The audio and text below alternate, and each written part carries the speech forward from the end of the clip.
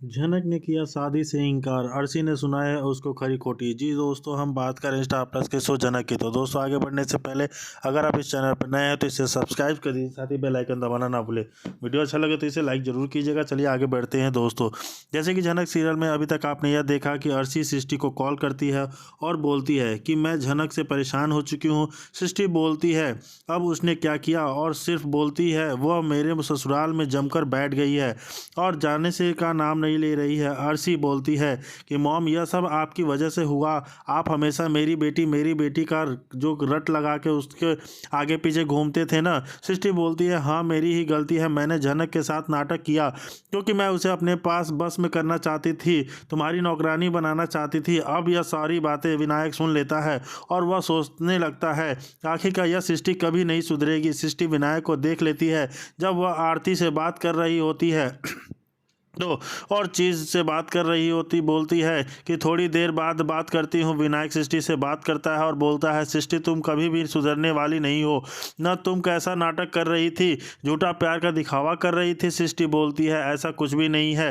विनायक बोलता है कि तुम उसके साथ अस्पताल में ऐसा क्यों कर रही थी। अब दूसरी तरफ मीनू और छोटान बात ही कर रहे होते हैं तो कहीं वहीं पर विपाशा आ जाती है और दोनों को बातें करते देख लेती है। तो बोलती है कि यहीं पे क्लास चालू हो गई है क्या आपकी। आप लोगों की इस बात पर मीनू बहुत ही ज़्यादा गुस्सा हो जाती है। मीनू यह बात जाके थप्पी को बता देती है कि विपाशा यह हमारे पर्सनल मैटर में बोलती है, उसका कोई भी हक नहीं है हम दोनों के बीच में बोलने का। अब दूसरी तरफ अर्शी जनक से पूछता है कि आखिरकार झनक शादी क्यों नहीं करना चाहती है। तो इतना अच्छा तो तुम कोलकाता रह रही थी, फिर कि तुम्हें यहाँ आने की क्या ज़रूरत थी। अनिरुद्ध बोलता है अर्शी, जब तुम्हें छोड़कर गई थी तो मुझे छोड़ के चली गई थी, तब मुझे झनक ने ही संभाला था। झनक बोलती है कि मैं किसी भी इंसान को उसे हालत में नहीं छोड़ के जा सकती।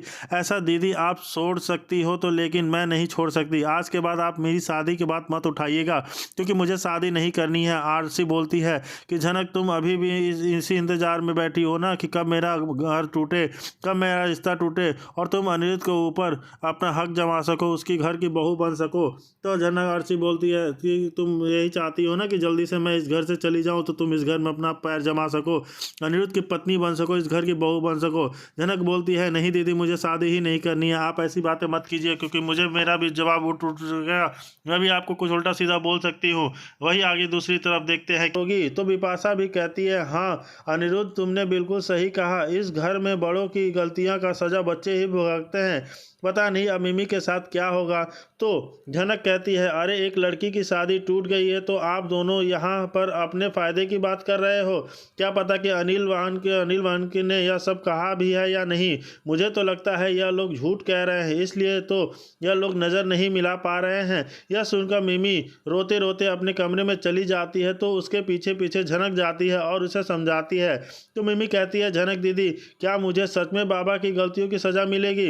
अनिल तो तुम्हें प्यार करता था ना और उसे सब कुछ पता था, फिर भी वह तुम मुझसे शादी करने के लिए हाँ कहा, लेकिन अचानक क्या हो गया। अब मेरा क्या होगा, मुझे कुछ समझ में नहीं आ रहा।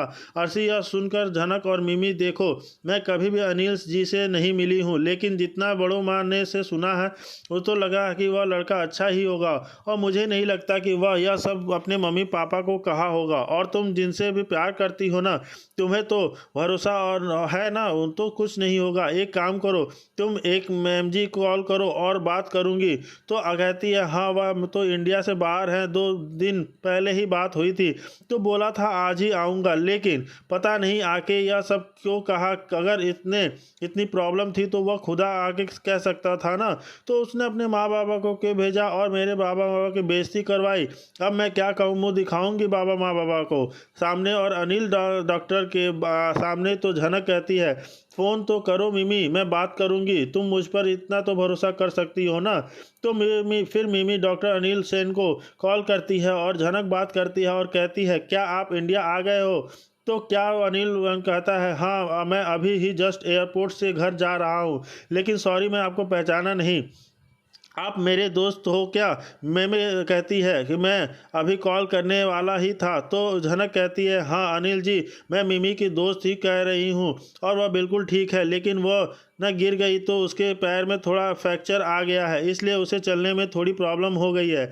यह सुन के अनिल वन चौंक जाता है। तो मिमी झनक को कहती है, आप क्यों झूठ कह रहे हो? तो अनिल वन कहता है, देखो मैं एयरपोर्ट से सीधा मिमी से मिलने ही आऊँगा, उसे कह देना कुछ नहीं होगा, मैं तो उसे मिलने आ रहा हूँ, कहता है। यह सुन के झनक को और तसल्ली मिलती है कि अनिल वन के मम्मी पापा झूठ कह रहे थे। तो फिर मिमी कहती है, झनक दीदी आपने झूठ क्यों कहा? अगर वह यहाँ आएंगे तो बाबा और गुस्सा हो जाएंगे। तो झनक कहती है, इसलिए तो मिमी के चेक कर रही थी कि सच में अनिल ने यह कहा है कि नहीं। लेकिन अब मैं पूरी तरह से क्लियर हो गई हूँ और तुम चलो मेरे साथ नीचे, मैं भी देखती हूँ कैसे तुम्हारी शादी टूटती है। यह कहकर झनक मिमी को वापस नीचे लाती है। तो अर्शी और तनुजा एक दूसरे को देखते हैं। तो झनक आके अनिल के मम्मी पापा से कहती है, आंटी आपने अभी भी मेरी इतनी प्यारी से तारीफ़ की थी, तो मैंने सोचा कि मैं आपके लिए और अंकल के लिए कुछ गिफ्ट दे दूं, क्योंकि मैंने अभी तक किसी के मुंह में मेरी तारीफ़ नहीं सुनी है।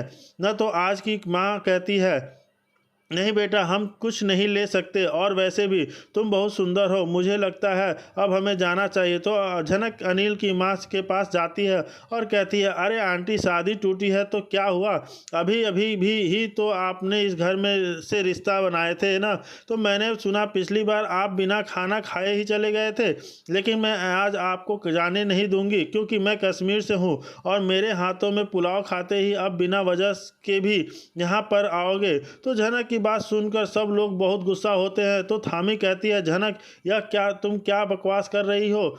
इन्हें जाना है ना तो जाने दो। तो अनिरुद्ध भी कहता है, झनक यह तुम क्या कर रही हो? मुझे पता है ना घर पर सब कितने परेशान हैं। तो झनक कहती है, इसलिए तो सर जी मैंने कुछ मंगवाया है, बस आता ही होगा। तो अर्शी भी कहती है, तुम ना झनक कहीं ड्रामा करने के लिए चली जाओ, बहुत पैसा कमाओगी। तो अनिरुद्ध कहता है, अर्शी यह तुम क्या बोल रही हो? बिपाशा कहती है, क्यों अर्शी ठीक तो बोल रही है, इसे दिखाई नहीं दे रहा हम सब कितने परेशान हैं और यह क्या कर रही है? झनक कहती है, बिपाशा दीदी अब कितना चपड़ करती हो, बस 2 मिनट इंतजार कीजिए। तो फिर बाहर से गाड़ी की आवाज़ आती है। तो सब लोग सुनकर हैरान होते हैं। तो झनक जाकर दरवाज़ा खोलती है और अनिल डॉक्टर को समझते करती है, और अनिल वन आके कहता है, मिमी कैसी है? और तो झनक कहती है, फ़ोन पर मैंने ही आपसे बात की थी। आइए मैम, मिमी को तुम ठीक हो तो तुम खड़ी क्यों हो? तुम्हें तो चोट लगी थी ना, किस पैर में दिखाओ मुझे। तो तनुजा कहती है, क्या हुआ मिमी, तुम तो अभी ठीक ही थे, अचानक तुम्हें क्या हो गया?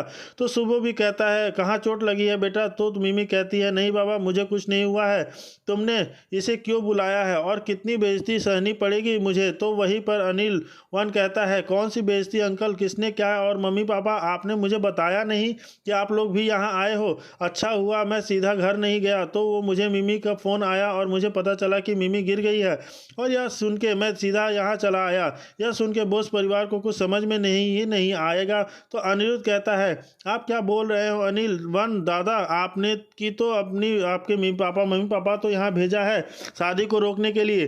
तो अनिल वन कहता है, क्या आप क्या कह रहे हैं? मैंने तो ऐसा कब कहा, और क्यों शादी तोड़ूंगा? अनिरुद्ध दादा आपको कोई गलत फहमी हो गई है, मिमी से प्यार करते हो और उससे ही शादी करूंगा। यह सुन के तनुजा कहती है, पर बेटा अभी तो तुम्हारे माँ बाबा बोल रहे थे कि तुमने शादी के लिए मना कर दिया, क्योंकि तुम्हें मिमी के बाबा के बारे में दिखा हुआ हर दिन मिलता है और हमारे घर के साथ आप लोगों के रिश्ता जोड़ा, इसलिए ही आपके साथ। तो अनिल वन कहता है, देखिए आंटी या आप लोग क्या बोल रहे हो, मुझे कुछ समझ नहीं आ रहा है। मैं 1 हफ्ते के लिए आउट ऑफ कंट्री गया था, और अगर मेरे मन में आपके परिवार या फिर मिमी को लेकर थोड़ी सी भी प्रॉब्लम होती तो मैं खुद आपके आके बात बताता, लेकिन मुझे आपके पर्सनल मामले से नहीं जानना है कि मुझे क्या हुआ है क्या नहीं था। बस इतना जानता हूँ कि मैं मिमी से सच्चे दिल से प्यार करता हूँ और शादी भी करूँगा। तो सिर्फ झनक कहती है, आंटी अभी आपको कुछ कहना है तो बोलिए, आपके बेटे और हम सब सामने हैं। आपको क्या लगा आप एक लड़की की ज़िंदगी ख़त्म कर देंगे? लेकिन एक ना एक दिन तो सच सामने आ ही जाता है,